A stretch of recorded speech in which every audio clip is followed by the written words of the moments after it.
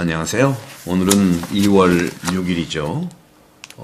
본디 성바오로 미키와 동료 순교자들 기념일이죠. 오늘 2월 6일 연중 4주간 목요일의 복음 말씀은 마르코복음 6장 7절에서 13절입니다. 오늘 저희 본당은 소공동체 미사와 본당 시노드를 합니다. 본당 시노드는 다른 것이 아니라 소공동체 봉사자들 6개의 지역이 있는데 6개 지역장과 그 지역에 함께 있는 구역장 반장님들이 서로 모여서 미사 봉헌하고 그리고 복음 나누기를 본당에서 각 지역마다 하고 그 다음에 지역마다 6개 지역의 지역 소공동체 회의를 합니다. 거기에서 안건들을 나누고 선정을 해서요. 끝난 다음에 전체 6개 지역 모두가 함께 모여서 소공동체 전체 회의를 하는데 이 전체 이 부분을 시노드라고 본당 시노드라고 합니다.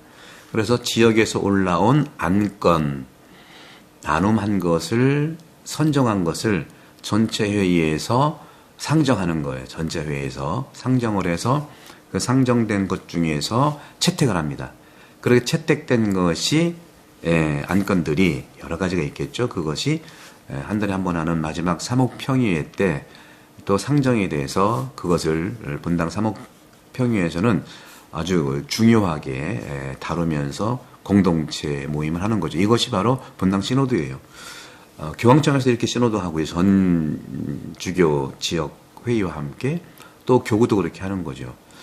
저는 그래서 오늘 저희 본당이 이제 2월 달에 성전 완성을 위해서 성전 외에 요셉관, 2동, 사제관, 수녀원, 소성당, 교육관, 그 다음에 3동은 마리아관이라고 해서 사제, 집무실, 사무실, 친교공간, 성물방 이렇게 있습니다.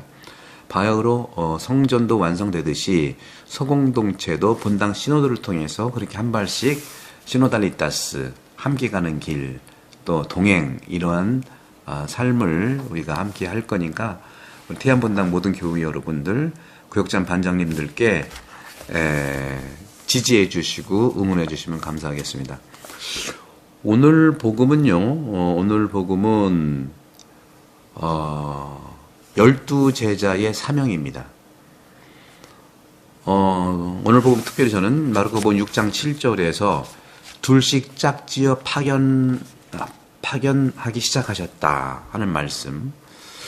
2차 바티칸 공의회 이전에는요. 로마 교황청은 교회의 선교 활동을 위한 성성 부서를 배치했는데 일명의 프로파간다 피데이 해서 일명 포교성성, 신앙 포교를 얘기하는 겁니다. 포교성성이라고 했는데 그 후에 이름이 바뀌었어요. 2차 바티칸 공의회 이후로. 왜냐하면 포교라고 하는 것은 프로파간다인데 이 포교라는 말이 현대인들에게 그렇게 좋게 보이거나 들리지 않기 때문입니다. 어떤 상품을 광고로 하는 이미지를 주기 때문이다 하는 거죠. 그래서 그리스도 신앙 전파를 위한 선교, 또 달리 말하면 복음화, 또 이것은 선교, 말씀드린 선교라는 또 사목 이렇게 이제 말씀드리고 싶은데 바로 복음화 또는 선교 그 다음에 사목인데 사목은 이제 조금 더 지역 구체적인 의미가 있다면 크게 전통적으로는 선교라는 이름들이 계속 해왔고요. 미시온에 그러나 2차 바티칸 공의회 이후에는 선교가 도대체 뭐냐 바로 그건 복음화하는 것이다 하는 차원에서 동의어로 쓰면 되고 그러면 이 그러니까 선교와 복음화가 구체적으로 어떻게 실현되는지가 사목을 통해서 일어나는 거죠. 그래서 같은 동의어로 볼 수 있어요. 예수님의 제자로 초대를 받고 선발돼서 양성을 받은 그래서 세상에 예수님의 제자로 파견받은 사람만이 선교를 완성할 수 있어요. 하느님은 인간의 마음을 창조하셨죠. 그리고 인간이 따르는 길을 가르쳐 주셨는데 바로 그런 측면에서 선교사, 복음화 일꾼, 복음선교사, 사목봉사자는 명심해야 할 것이 있거든요. 뭐냐면 선교라든가 복음화라든가 사목이라는 건 뭐냐. 가장 중요한 것이 저는 실질적으로 먼저 자기가 하고 싶은 대로 하지 않는 것이 선교고 복음화고 사목이에요. 우리 모두가 선교사, 복음화 일꾼, 사목봉사자라면 이것을 첫 번째로 알아차려야 된다는 말씀을 드리고 싶어요. 주님께서는요, 선교라는 당신의 복음을 전파하는데 실행할 방법들을 오늘 복음을 통해서 나눠주세요. 마르코복음 6장 7절에 둘씩 짝지어 파견하기 시작하셨다 하는 것. 이 말씀은 선교, 즉 어떤 일을 하는 것이 먼저가 아니라 둘씩 짝지어 파견된 제자들이 서로 소통하고 대화하고 사랑하는 거예요. 그러면 선교의 열매는, 복음화의 열매는 맺게 된다는 것이죠. 선교는요, 서로에게 복음의 꽃이 되어주는 사랑의 열매로 드러납니다. 저는 이게 건조하다 보니까. 그렇다면 하느님께서는 뭐 때문에, 그리고 어디까지나 우리 자신, 나를 원하고 파견하실까요?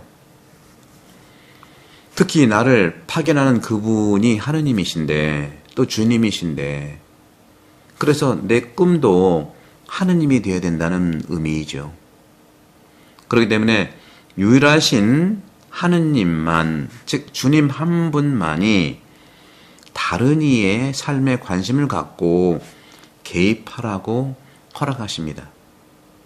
그래서 크게는 외방 선교가 있잖아요. 해외 선교에 가시는 분들, 사주서도 굉장히 많아요. 우리 평신도 선교사도 많죠. 그리고 내방, 그러니까 우리 본당 안에서 하는 선교사, 사목봉사자죠. 사목자고 봉사자예요. 모든 구역장 반장들은 사목봉사자입니다. 사주 수도자, 그리고 구역장 반장이라고 하지만 사목봉사자예요. 저도 그래서 사목봉사자라고 이름을 좀 부를까 합니다. 사목봉사자.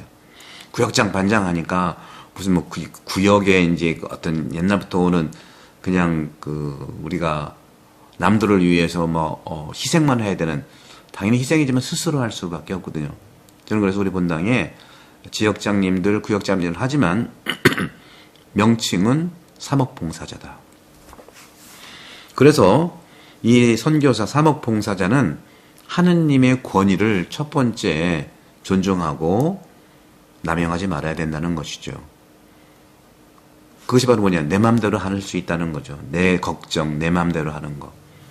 그래서 저는 복음화 말씀학교를 만들어서 말씀학교 열심히 나오는 분들이 복음화의 사목봉사자가 될 수 있다는 말씀을 드리는 거예요. 양성받아야 하는 것처럼요. 사제들도 신학교 교육 10년을 양성받고 보좌신부 대전교구만 해도 10년 하고 그리고 본당심어 나가잖아요.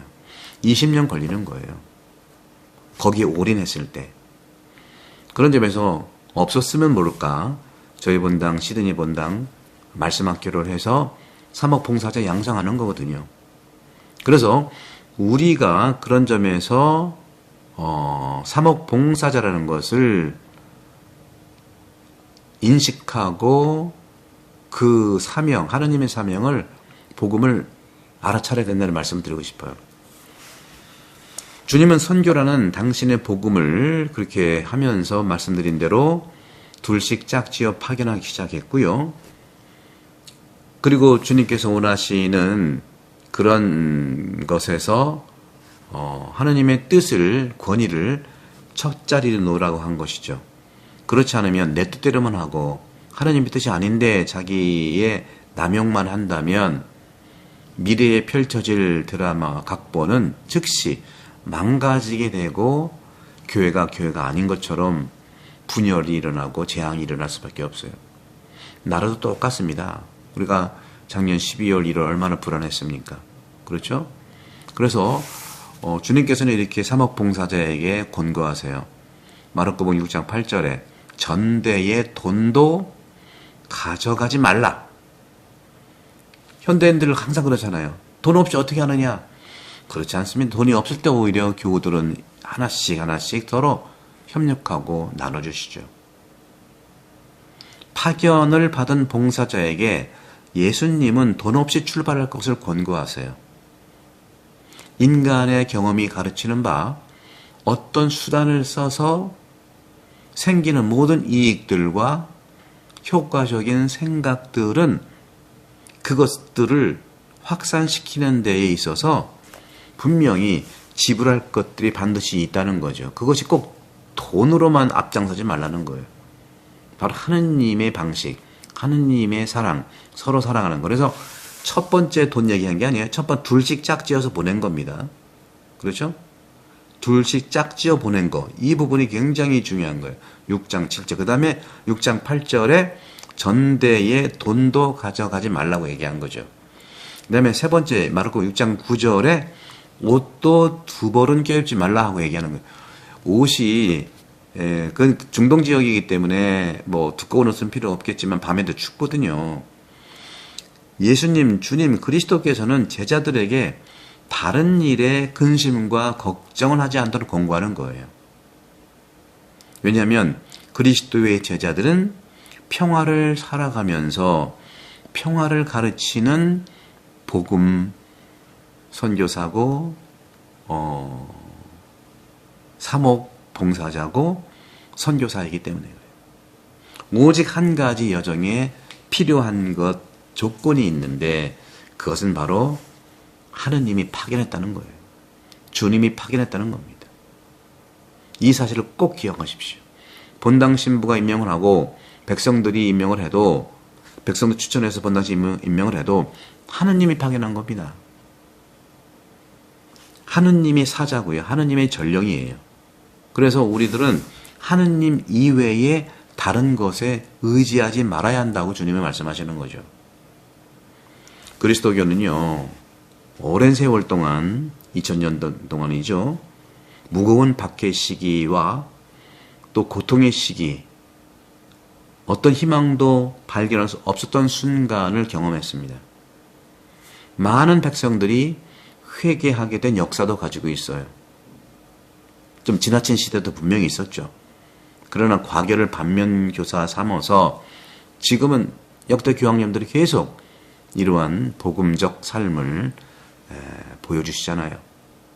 그래서 우리 그리스도의 배는요, 순풍을 만나든 역풍을 만나든 모든 조건들 안에서 항상 다른 쪽으로, 다른 연안으로, 다른 지역으로, 다른 해안으로 항해를 하고 있는 겁니다.